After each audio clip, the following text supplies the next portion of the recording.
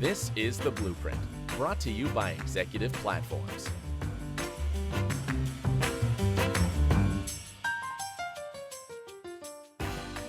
Well, hello again, everyone. You're listening to another episode of Executive Platforms Blueprint podcast series. My name is Jeff Mix. I'm head of content and research with Executive Platforms. With me today is Gregory S. Smith. He's a recognized IT executive with more than 25 years of experience managing complex IT systems. He's also currently a professor at Georgetown University and serves as the Chief Information Officer for the American Kidney Fund. Gregory, thank you so much for joining me today. Thanks for having me, Jeff. Glad to be here.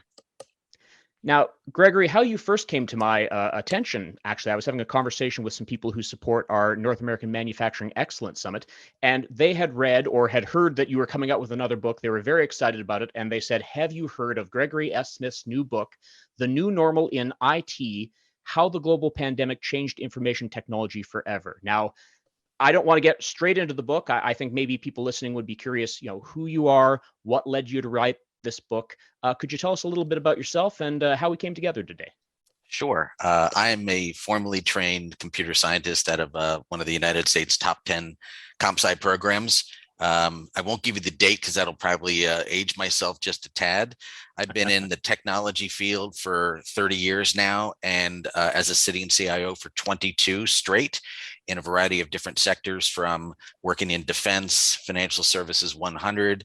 I was a principal consultant at PricewaterhouseCoopers. I was also in the education space, healthcare space, and as I mentioned, best practice Big Four management consulting work throughout my career. So I've got a good mix of a for-profit, not-for-profit, multi-sector discipline background that I think led well to me kind of developing some text over the years to help sitting CIOs and professionals that want to grow their career and move up the track. The New Normal in IT is my fifth book. I'm very excited about it. I think the timing of how it came to fruition was interesting. I was actually asked by some of the faculty at Georgetown University to write an article when we were right at the beginning of the pandemic in 2020 about some of the takeaways of transitioning from in-office work to remote work or fully remote work and hybrid work and the like. And I wrote an article at Georgetown, and it rang fairly well, and kind of talked about some of the things that CIOs did well as they prepared to transition into COVID, and some of the things that they didn't do well. And it turns out my wife had a conversation with me shortly after that and suggested that I could make my fifth book out of this one. So I got to work and I wrote my proposal up for my editors at John Wiley & Sons, who are the publishers of this book and two other technology management leadership books that I've written previously. And they unanimously green-lighted this project in April of 2021. And then I was off to the races writing. So 5 months later, writing 4 hours a day beyond my CIO job and teaching at Georgetown, I completed the draft text on the 20th anniversary of September 11th attacks in the United States.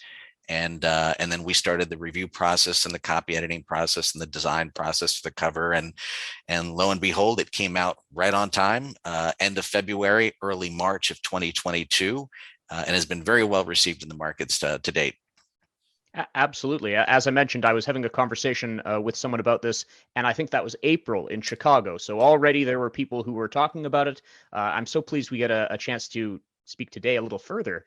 So the title, again, for people who have been listening, is The New Normal in IT, How the Global Pandemic Changed Information Technology Forever, which I think lines up with conversations I've been having basically since the start of COVID. People are very, hey, technology more than ever. It's not something that we're trying out. We need this in order to move forward. And in that moving forward, things have changed and they're probably not going to change back. I don't want to put words in your mouth. I want you to tell us a little bit about some of the main themes you're doing, how you chose to illustrate them.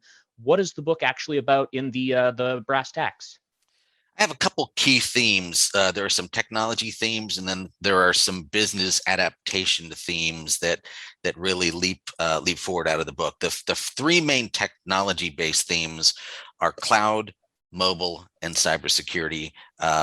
Shifts in paradigm from where we were pre-COVID to current and post-COVID, because I really believe that we're not out of COVID yet. I am fully expecting future waves of variants to come through, and highly likely some of those variant waves to be impervious to the vaccines. And we'll have to go back to the beginning where Pfizer and Moderna and the various vaccine companies will have to regen their cocktails and then go back and start vaccinating the 7.3 billion people on the planet.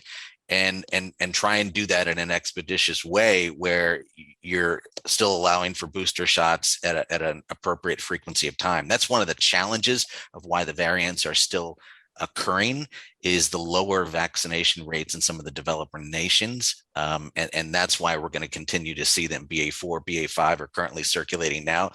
It's just a matter of time before we get a variant that's impervious to the vaccines. But the key themes on the tech side: cloud, mobile, and cybersecurity. Let me talk about cloud.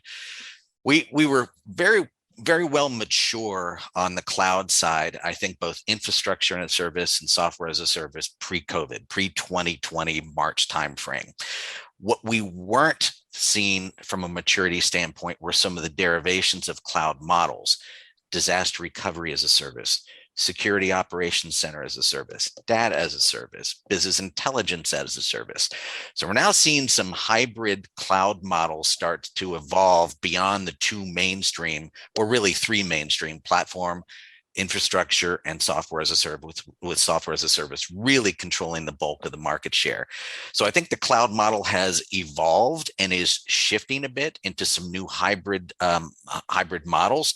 Disaster recovery as a service is going to play a considerable shift in how CIOs plan for disasters going forward. Those that had on-premise environments, those that had redundant buildings where people report to them with staff, those models are gone. They're shifting to models where you have to be able to move your applications from one data center into another data center without setting foot in either one of them. And that actually was a requirement that I had at the American Kidney Fund before COVID. When I first arrived there in 2017, I'll admit our disaster recovery capabilities were greatly lacking compared to what they are now. And I put that requirement in early on, and we moved from 36-hour RTOs to sub 2 hours for our mission critical applications without setting foot in a single data center. And we performed that year over year over year until COVID hit. And when we actually had to trip the wire on the COVID side, we rolled over seamlessly as needed. The second piece is mobility. I'm going to make a statement on your podcast show here today, Jeff, and I think the personal computer is dead.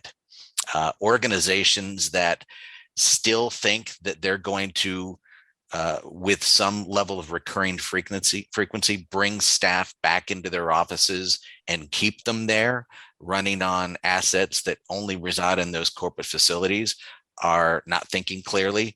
As I mentioned, we'll probably go through a wave of good and bad times with COVID globally and in various different regions around the globe, some good, some bad.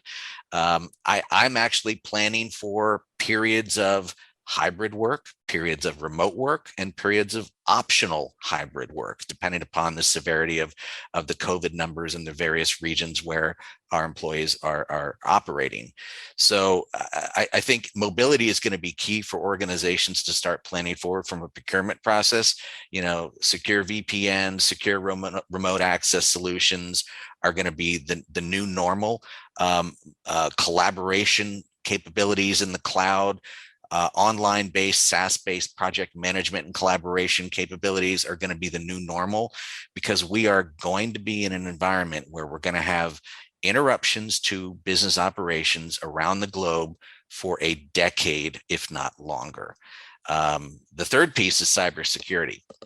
With the shift into knowledge workers moving from office environments that are far easier to secure than home environments or remote environments, that has actually opened up a wave of cybersecurity risk. In fact, I thought it was interesting during the first 2 years of the pandemic, we'll call it from March 2020 all the way through to today. We're in June of 2022.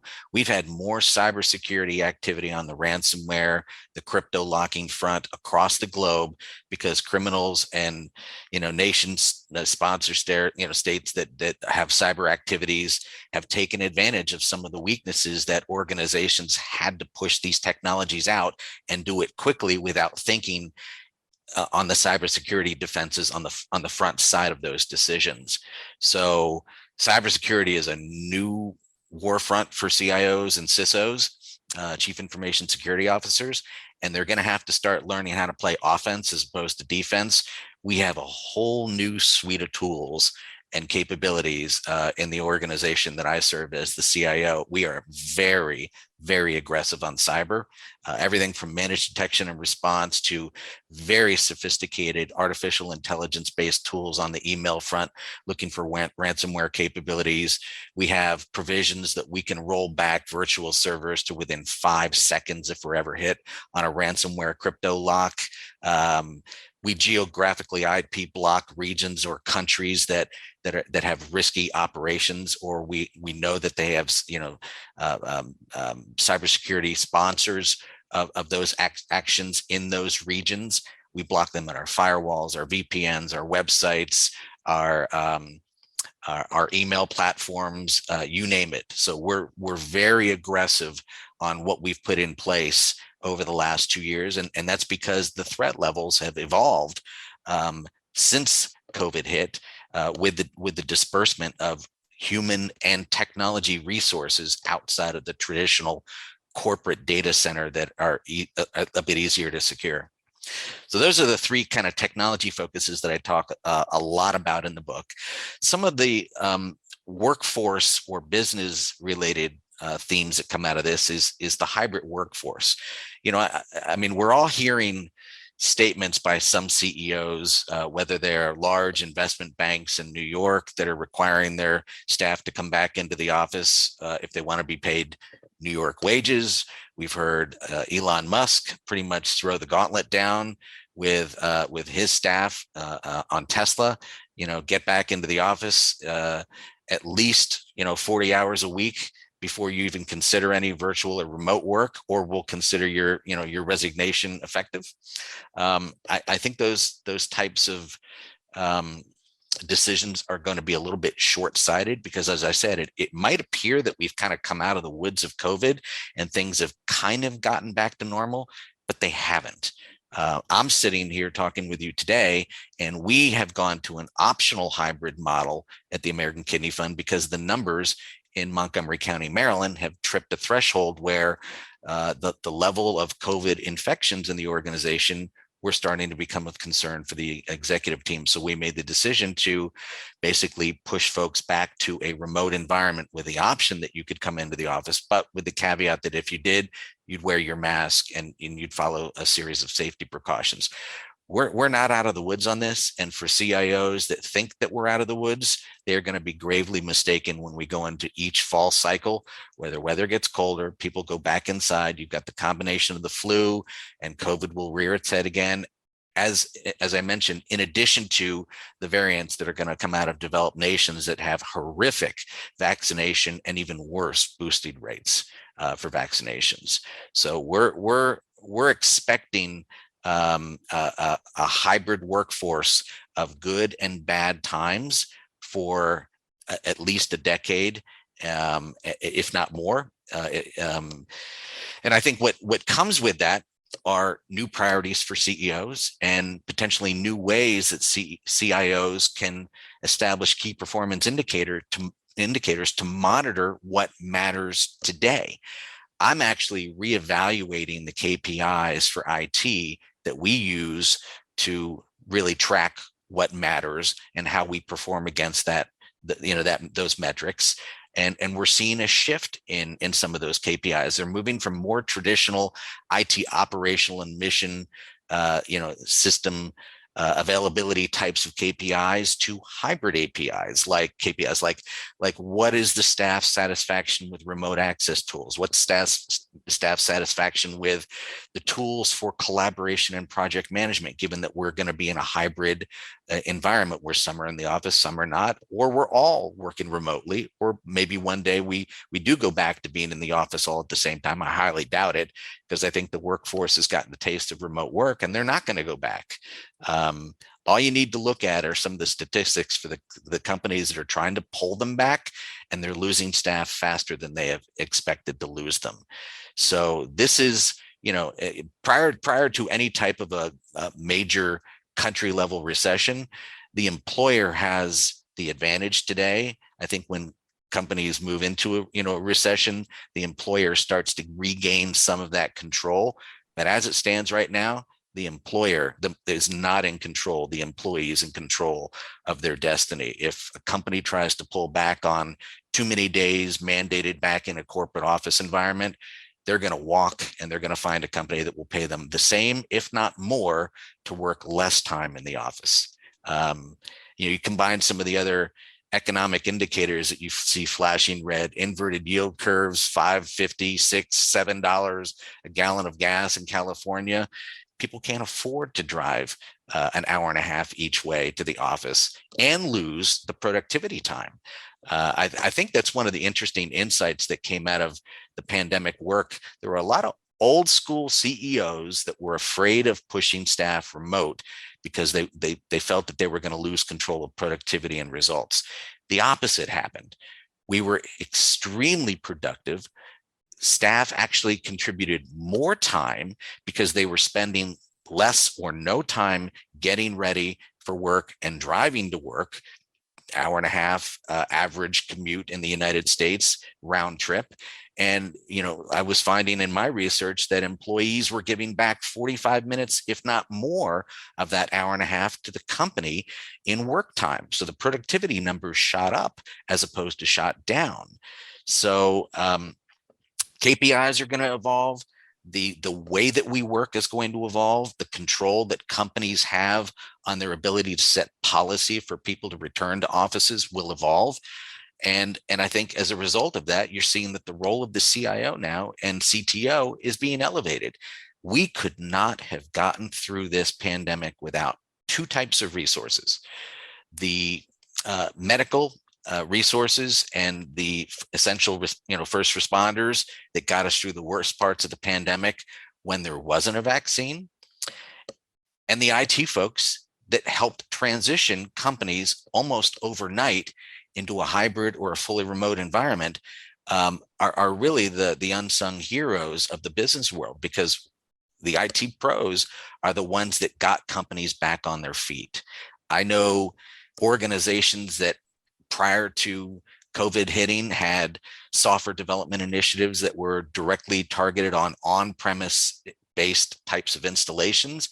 They are moving completely in the opposite direction now, developing solely for software as a service and cloud-based deployments, nothing on-prem, nothing that has to be installed by the client and maintained on-premise or in infrastructure as a service type environments. They're moving their entire model of software development for their platforms to a SaaS environment, because that's where the environment is going to hedge the risks of a good time, bad time COVID environment over the next decade. Well, I mean, my goodness, what an answer. And I think everyone who's been listening probably wishes a different follow-up question to that. I'm just going to encourage everyone, I guess you have to read the book. There's clearly a lot of meat there. I am going to do 2 or 3 follow-ups. The one I want to start with, and I actually think you even sort of teed it up when you were saying, before all of this happened, when you were working at the American Kidney Fund, you had some things in place. I've been having a lot of conversations over the last 18 months or so about digital transformation and the move to a distributed workforce. And many people say that, COVID didn't so much radically change things as accelerate trends that were already existing before the pandemic. Now, is that your view, or would you say this new normal needed a global disruption to come into being? I think it needed a global disruption to come into being. We had the capability previous to COVID for technology teams to basically provide the support we needed in data centers and applications around the world. What it was not was mainstream in business. And that's because I think there's a real paradigm a gap between old school CEOs and new school CEOs. The old school CEOs are starting to gravitate back to bringing staff back to the office with mandatory minimum amounts of days and times. New school CEOs are looking at things very differently. How can I cut my costs? How can I maximize my profits for the shareholders? If I can cut my operational costs and facility costs, give staff more flexibility, put in the right set of technology tools for collaboration, project management, and operational capabilities to keep our organization moving and growing, why wouldn't I look to cut my costs and put those profits back into the shareholders' pocket and also appease the needs of my staff? The surveys are crystal clear. I've seen dozens and dozens of them over the last 2 years, and they have not moved much. In fact, they've moved a little bit in more of the direction that people want to continue remote and hybrid work. And if anything, they're moving the numbers that they want to stay home or work remotely more than they indicated back in 2020, probably in the December timeframe of 2020. So, the employees don't want to go back to the office. They don't want those hour and a half daily commutes. They don't want $5, $6, $7 gas, to impact their day. And we know from practical usage that when they are forced to go back into the office and they do arrive home, they're not giving that time back to the company. So if you do let's just say an organization has a 2-day office mandate and 3 days remote, a nice hybrid solution. I think 2 days in the office, 3 remote is actually a pretty good mix. Some organizations are doing by role, they can do 100%. Others are doing 1 day and 4 days. Some are doing 3 days in the office, 2 from home. I think that's a little too heavy-handed personally.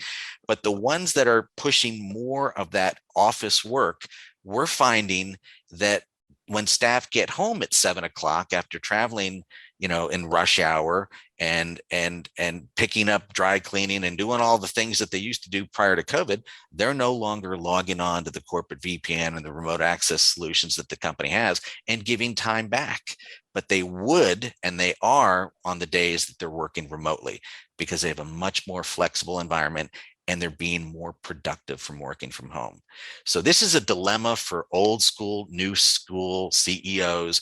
And I think the ones that figure it out the fastest, the ones that implement geolocation-based pay, let's just say someone wants to work in Utah and live in West Virginia. Let them live in West Virginia if they can get their job done. And maybe, you don't pay them the Utah rates for pay. Maybe it's 90% of that compensation model. We all know that salary is the number one expense for any company. And if you can tinker with and potentially reduce the cost of salary by leveraging geolocated pay models, you're going to save money. If you can reduce your footprint on the facility side, whether it's for lease space, owned space, you're going to reduce your cost per square foot and per employee, and give those dollars back to the organization, either for R&D investment or for shareholders. The ones that figure it out the fastest are going to save the most money. The ones that don't, that are stuck on the old school model of bringing folks back, are going to lose staff the fastest. It's funny you mention hybrid models. That's actually what I'm working at the moment through executive platforms. You mentioned you're making this podcast from home. I'm making this podcast from home as well. Right now I'm working Tuesdays and Thursdays in the office, Mondays, Wednesdays, and Fridays here. And my home is a little quieter than my office. So, I get it. And as you've been talking through this issue, again, I'm reminded so powerfully of some of the conversations we've had both on the podcast and at, of all things, our HR event, although I say just about every executive who's responsible for people probably is figuring this out. A huge part of this conversation really is, and I guess the term got dubbed Great Resignation, because the first wave is when people were asked, hey, it's time to come back to office. They started, we spent 18 months working from home, thinking about what's important to us in our work-life balance, and maybe I'm ready to make a change. I don't like the label myself because Great Resignation makes it sound like they're not going anywhere. Most of them have started new jobs and are doing well somewhere where they think is going to be a better fit. But I guess I do want to ask, how does a company's IT capability factor into the ongoing effort to attract and retain talent as so many organizations work their way through, I guess, what we're calling the Great Resignation and coming through the far side of the pandemic, I have to think it's about being a more attractive employer. The better option is to come work for us because we understand what you want out of your work-life balance. Is that in your book? What are your thoughts on that? Absolutely, it's in the book, and I agree 100%. Organizations have to evolve to the new needs of employees, and those needs have been now born out of experience and realizing that A, they can be productive, B, they're happier, and C, employers have to learn that they have to adjust. I think we need to really move away from paying for face-to-face time to a pay for results model. We hit or exceeded every KPI in our organization in 2020 and 2021 when we were predominantly remote. That's a pretty bold statement to make that says we could still achieve the organization's goals and objectives while throwing a once in 100-year curveball that forced our staff into a remote or a hybrid remote environment. I think organizations that have actually gone and done the due diligence of measuring productivity have been blown away of the results, and the ones that have measured it are the ones that are not mandatorily pulling their staff back because they know that they're getting more bang for the buck out of a happier employee. So that translates into recruiting. And yes, if we, an organization that's going to say, I need to bring, you into the office 3 days a week and you can work remote too, versus an organization that might give someone the flexibility to say, you decide, just as long as you get your work done and you get it done on time, it's accurate, it's solid work. You decide when you need to come into the office, if you need to come into the office, and if you don't, and you can achieve your goals and objectives, work remotely. The employees that are going to be the happiest are the ones that have the flexibility. The employers that are going to be the ones that are most productive are going to have to shift and make some changes with regards to their hiring practices and their policies with regard to office mandated time for work. It really is that simple. And the ones that don't get it right are going to find out the hard way. They're going to find out with poor attrition numbers.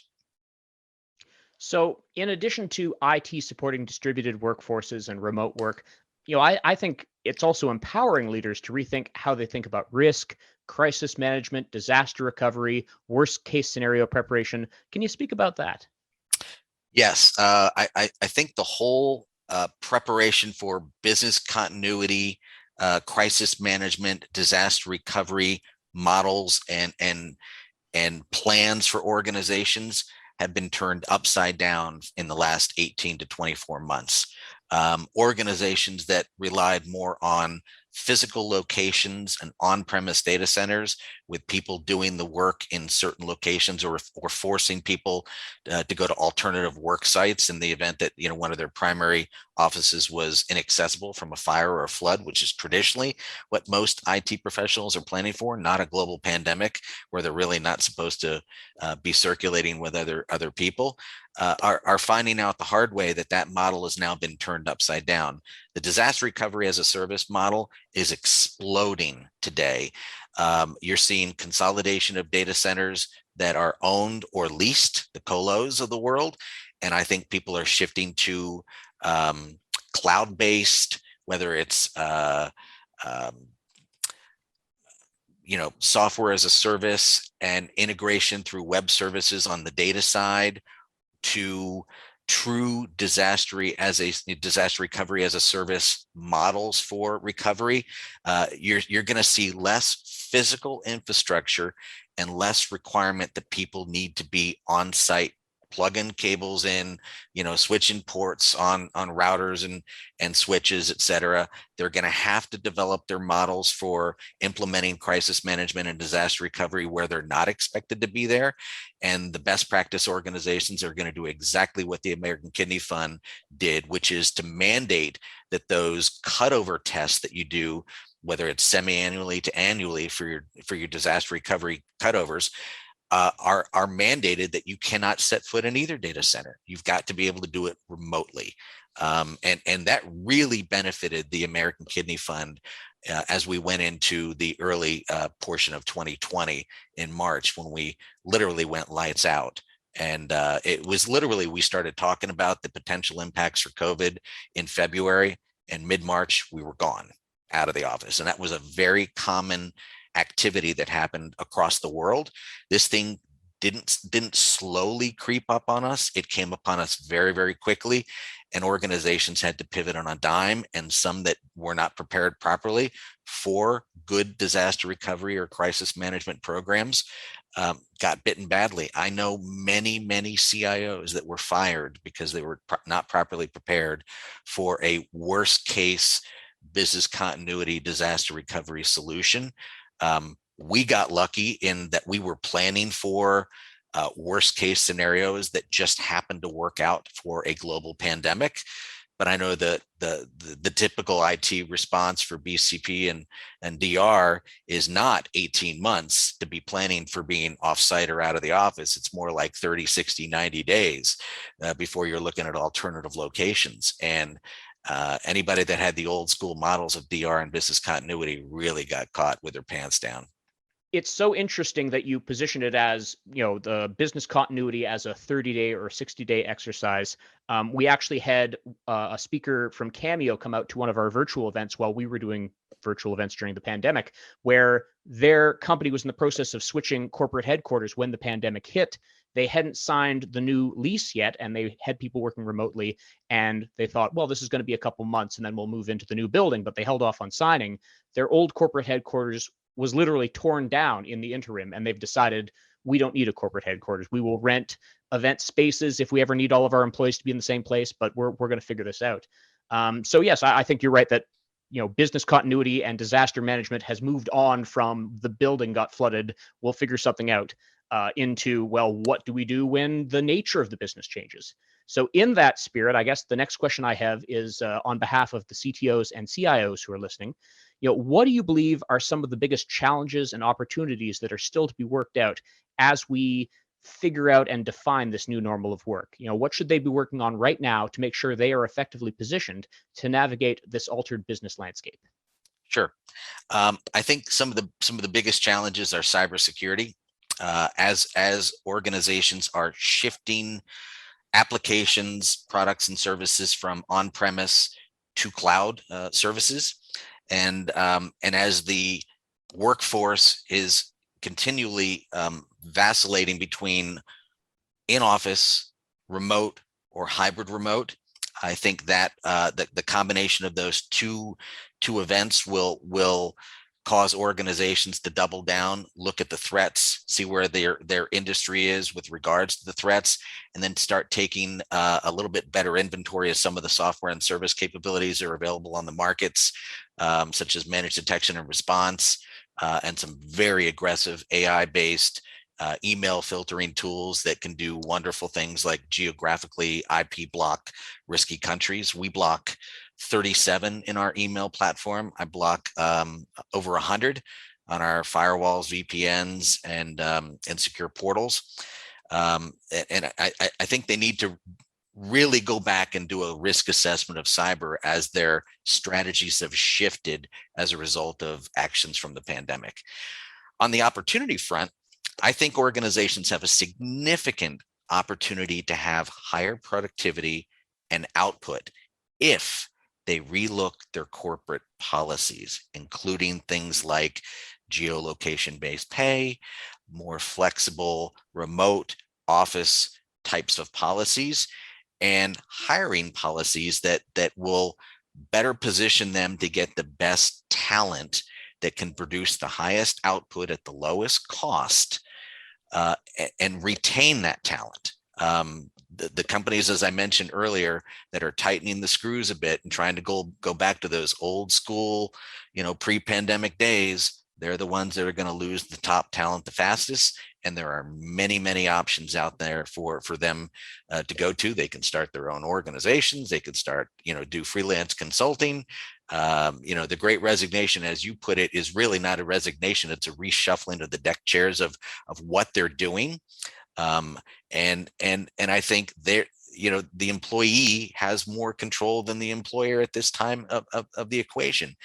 and employers need to get their act together and put in the right attractive types of retention and recruitment policies, combined with opportunities to lower their cost and create high performance, high productivity, high output employees that are happy.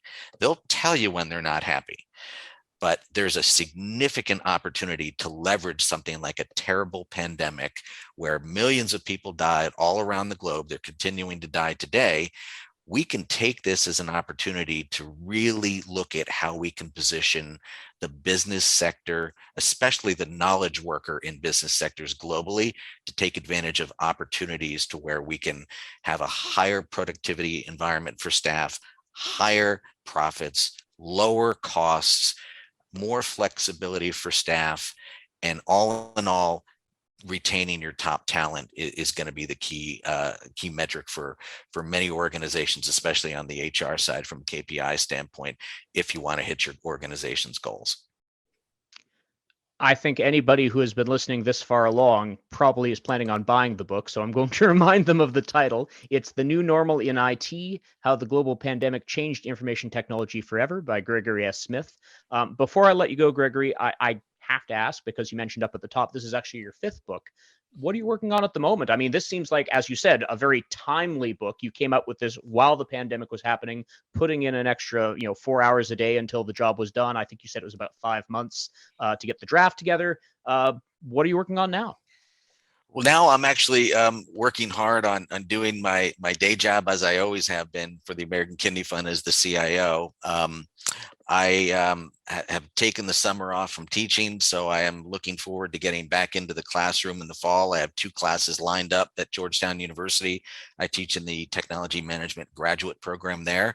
So very much excited to get back into the classroom and start educating the next generation of IT and business leaders again. And I am sure that at some point in the next 3, 4, maybe 5 years, I'll probably forget the pain of writing my 5th book and jump in and write the 6th. It usually takes a while for the mind to forget the pain of going through it and the disruptions to your sleep patterns and everything that goes with it, because it's a pretty awful process to go through when you're doing your normal day job of a CIO. You're still teaching at a top 20 university in the United States, and then you've decided to write somehow 74,000 words in 5 months, including all your research. It's not a healthy process, but I'm sure I've got at least one more in me before my career ends. But for now, I'm just enjoying serving in my capacity as a CIO and getting back into teaching higher education at Georgetown University. Oh, fantastic. I'll say when that next book comes out, I would love to get back in touch and talk about that one too. Also, for our listeners, we're going to be starting up, Executive Platforms is going to be starting up a North American Technology Executive Summit in June of 2023. And I hope in some way we can work with Gregory. That's a conversation to be continued offline, I'm sure. But I think what he is talking about is absolutely the meat and potatoes of what that event would be about and what our audience is hoping to discuss. So let me end by saying, Gregory, I really thank you for your time. I think this has been a wonderful conversation. Thank you so much. And I've actually looked at that event in 2023 online. It looks terrific. I would love to attend, and I would love to even be able to have the opportunity to present to your participants there. Because as I said, I think this is going to be a decade or longer evolution of technology changing the way that businesses work. It's not a short-term, stopgap fix in the market. And it's going to go through some ebbs and flows of good and bad times over the years. So the CIOs and the CEOs that are prepared for those ebbs and flows are the ones that are going to profit the most. The ones that aren't and think that we're going to snap back into the old model of pre-pandemic are going to get burned the hardest. So absolutely. There's so much to discuss. And as you say, it's not going to be 1 year and then we figure it all out. This is going to be an evolving process with a lot of different things to say. Some of these challenges we haven't even seen yet. So I'm excited for that. And again, thank you so much for your time. Everyone, you've been listening to another episode of Executive Platforms Blueprint Podcast Series. I've been Jeff Mix. My guest has been Gregory S. Smith. Let's do it all again soon.